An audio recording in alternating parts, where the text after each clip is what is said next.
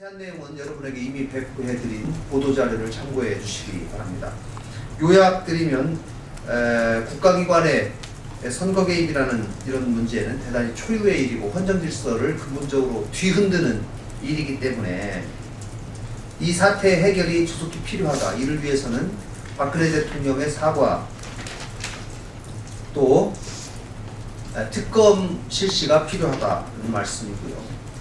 또 그동안 수사 방해, 외압에 관련되어 있다고 지목되고 있는 김기춘 비서실장, 남재준 국정원장, 황교안 법무부 장관을 즉각 해임할 것을 요구를 했습니다. 그리고 재발 방지를 위한 국정원법 전면 개혁 및 국가기관의 정치 개입을 위한 여러 개혁 입법을 할 것을 촉구를 했습니다.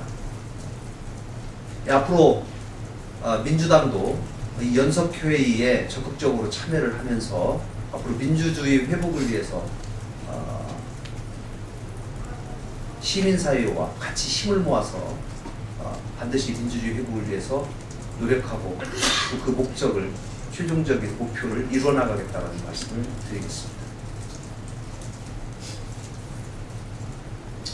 어제 대검 감찰본부의 감찰 결과가 있었는데요.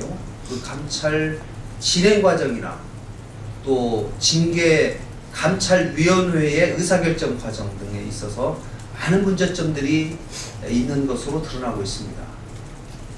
이 부분에 관해서 간단히 논평하도록 하겠습니다. 대검찰청이 어제 윤석열 전 팀장에 대해서는 직무상 의무 위반으로 중징계에 해당되는 정직 처분을 청구했고, 조영곤 검사장과 이진환 서울지검 2차장에 대해서는 무혐의로 종결했다고 발표했습니다. 사실관계가 파악이 안 됐다라고 한편으로 말하면서도 외압 의혹의 당사자에게는 무혐의 처분을 내렸습니다. 반면에 문제를 제기한 윤 지청장에게는 정직 처분에 관한 청구를 했습니다. 감찰 과정을 보면 더 가관입니다. 한 차례의 서면 조사, 또 궁금한 것 전화로 몇 마디 물어보는 것, 이것이 감찰 활동의 전부였다고 합니다.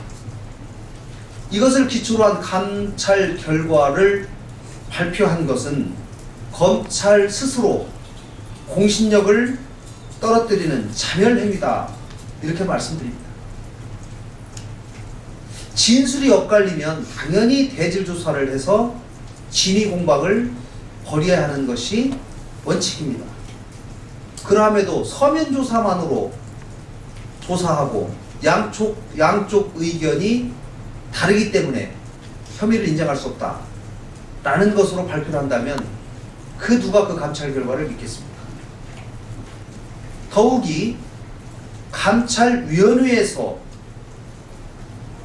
윤석열 팀장에 대한 징계 의견, 또 조영곤 지검장에 대한 징계 여부에 관한 의견들이 팽팽히 갈려서 최종 입장을 정리하지 못했다고 합니다.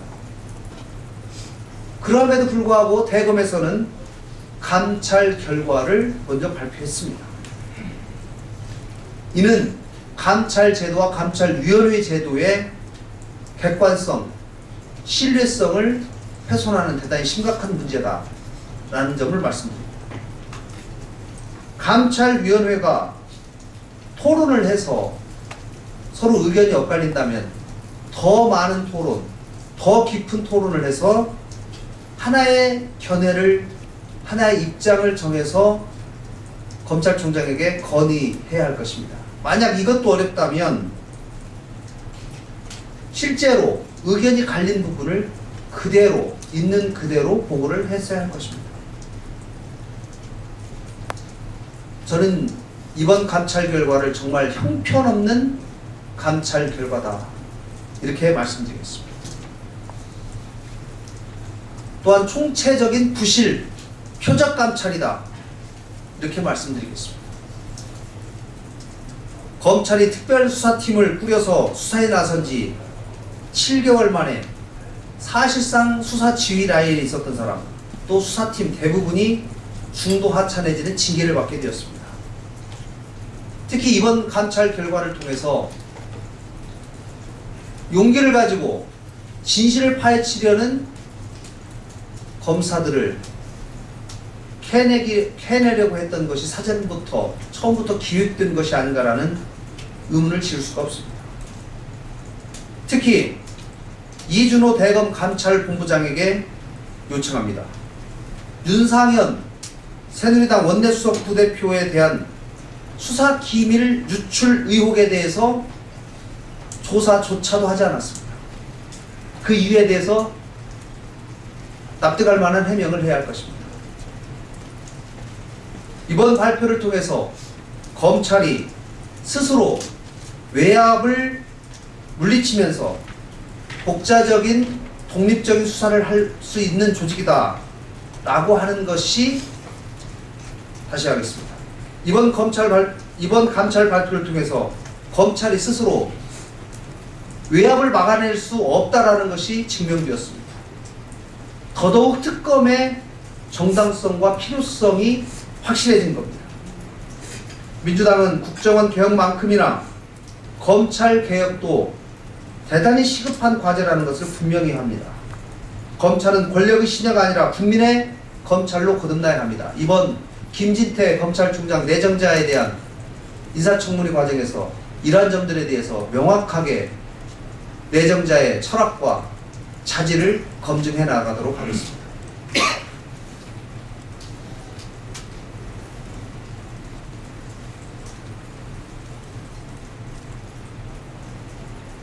불량 원전 부품으로 인해서 엄청난 전기 공급 사태가 발생이 된 지 얼마 되지 않아서, 또 고속철도 부품 위조 사건이 발생되어서 안전에 큰 우려를 끼쳤습니다. 또 이제는